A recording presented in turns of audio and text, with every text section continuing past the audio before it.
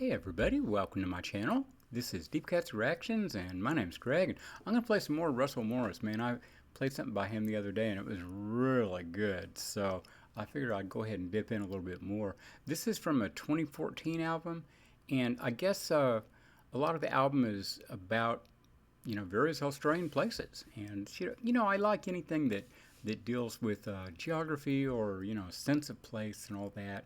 And this is Van Diemen's Land, and it's about Tasmania. And the video, which I think is pretty should be pretty interesting. I couldn't find the song without the video, so I hope I don't get blocked. But it was quite a production. They went into some very remote locations to film, and there was one point where there was an unexpected snowstorm, which stranded them for 2 days up in the mountains. So that's kind of cool. I don't know. It's been interesting to me to see all the people that have died recently here in the U.S. by going out in the wilderness, not knowing what they're doing, and not being prepared for the heat. I mean, it's hot, and you'll see people out in Death Valley in all black clothing and stuff. It's just so bizarre, and and we even had the same thing back when there was all the cold weather and snow and everything in California. People would go out for a hike and never come back. They were doing something stupid. Now, I've been there, and it's sure not a place for me to be criticizing anybody else for doing something stupid. When I was out in New Mexico, it was me and some friends, couples. We were just all best buds. But anyway, so the guy and I had gone up to the Magdalena Mountains the day before, and kind of scattered this road into this canyon. It was remote, hard to get to, but there was this dirt road that you could go into the canyon. It's Copper Canyon, I think that's the name of it. Anyway, go into this canyon, and so we drove up there and parked the car, and there's a place where the canyon gets real narrow and stuff. So, I mean, we're hiking up the canyon and get up there, I don't know, a ways, and there was an old log cabin where, the roof had fallen in, the sides were down to some extent. There was still some of the cabin left, but on the inside it was all, broken wood and everything. So anyway, that was cool. We thought it might be a neat place to hang out. So we went back home, and then the next day we all four got together and made the trip into the canyon. Well, it had snowed during the night. Not a lot. I mean, it was maybe a couple of inches. No big deal at all. Okay? Not a big deal. So we drive up there, and, we're on the dirt road, and there's snow, and we weren't able to get as far as we thought we did, as far as we did the day before when everything was dry. So we get out and we start hiking, and, as the canyon gets steeper, the snow gets deeper and deeper and deeper. And then we're at this place where, okay, do we go back to the car to get warm, or do we go forward and try to make it to that abandoned cabin and try to, get a fire going? I mean, where we were, there there was a couple of feet or more of snow, and it's not like you could light a fire very easily. So, besides being cold as a bitch, man, it was really cold. So, anyway, we decided, okay, let's go for the cabin, and because when we came the day before and it was all dry, it didn't seem like that much of a walk, but we weren't able to get as far with the car when it had snowed, and we were just stupid, just freaking stupid. So we hike up to this canyon, and it's dark by this point, well dark. We did have our dog with us, this kind of German Shepherd looking mutt, but Anyway, poor thing. It was so cold and there was so much snow, and he was trying to cut trail for us, and he had so much ice on the underside of him. His balls were just covered in ice, and I was so afraid that, he's gonna be ruined forever, But anyway, so we did make it to the cabin. Uh, it was rough, and one of the girls, she was just wanting to lie down. She was so tired, and she just wanted to lie down in the snow and go to sleep. And it's like, no, no, you can't do that. Get up and keep moving. So finally we make it to the cabin. And of course, like everything else, it's got a couple of feet of snow or more in there by that point. I think it was like 3 feet. And we get in the cabin, but it does have walls to protect us from the wind. That helped. And there was some old, tin from a tin roof. There was tin from from an old roof, and that corrugated shit. And we laid that down on top of the snow, and were able to sit there and not get wet, which was good. And we were able to use a place to start a fire. And of course, we're in this cabin that has been destroyed through time, but there's wood all in it. It's good ponderosa pine wood. And so, we had enough wood to start a fire with. It was really cold, and the colder it is, the harder it is to start a fire. And I had 4 matches, I guess it was.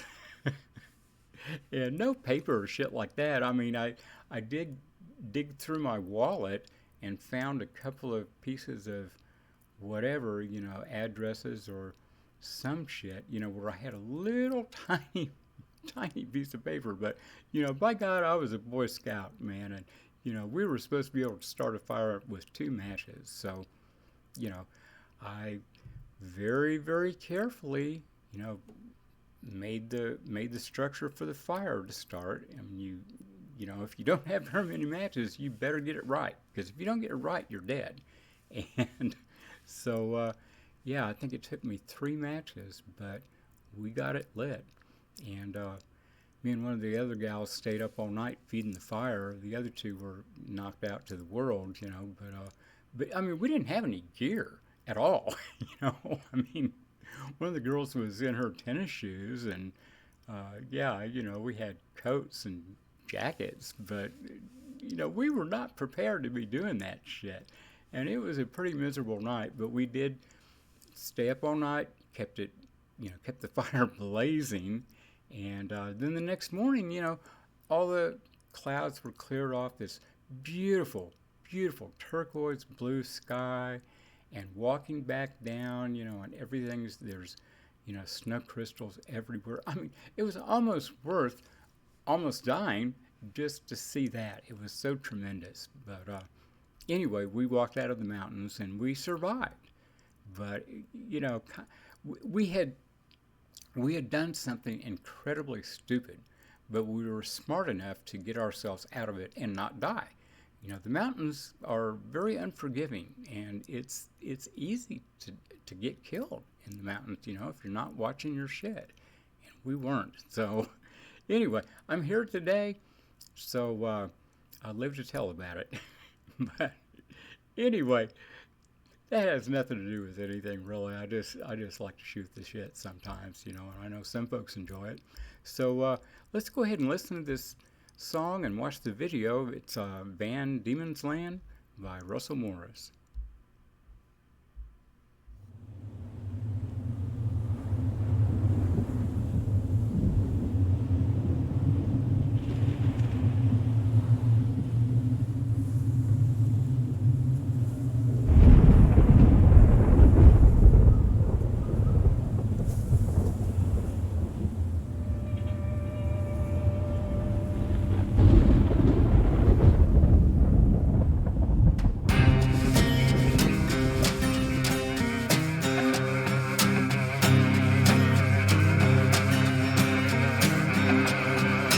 Early in the morning with the chill still in the air, We sailed from Plymouth Harbor, north, westly blowing bad. The rain was tumbling all around in buckets from the sky, and the wind that stole our breath away, sharp as a razored knife. On a voyage to the end of the world on George's prison ship, 200 lost and hungry souls would feel a lashing whip. A gale, it howled all through the rigging on that first black night. It's like the devil himself up there singing this lullaby. I'm going down, down, down, Van Diemen's Land. I'm going down, hellbound, Van Diemen's Land. 30 days out at sea and the wind it blew too calm. So they marched us round the quarter deck to the beat of a mournful drum. Oh, oh, oh, oh, is me, have mercy on my soul. Whoever thought I'd end up here some godforsaken hole. I'm going down, down, down, Van Diemen's Land. I'm going down, hellbound, Van Diemen's Land.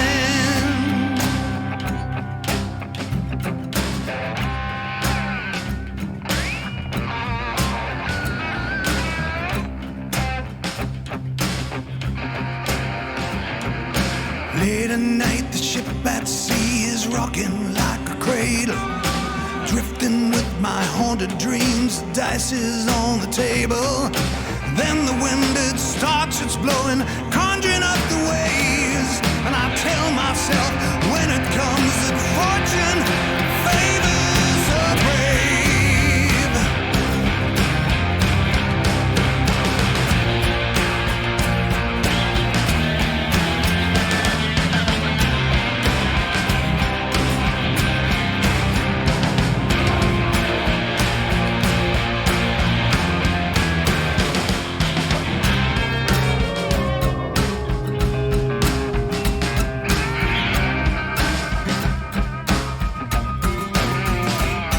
We sailed around the Southwest Cape and up the Derwent's Mouth, and on towards Hobart Town the rumors were about.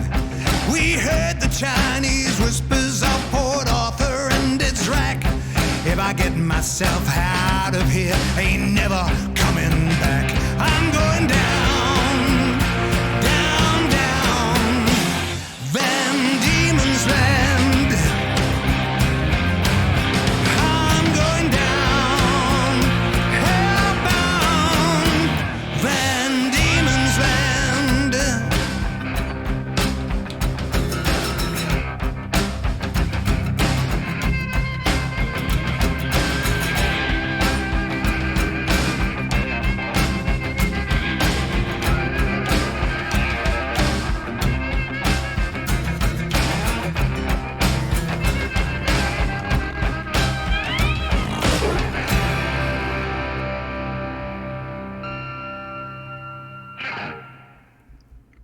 Well, I didn't expect that to end so abruptly.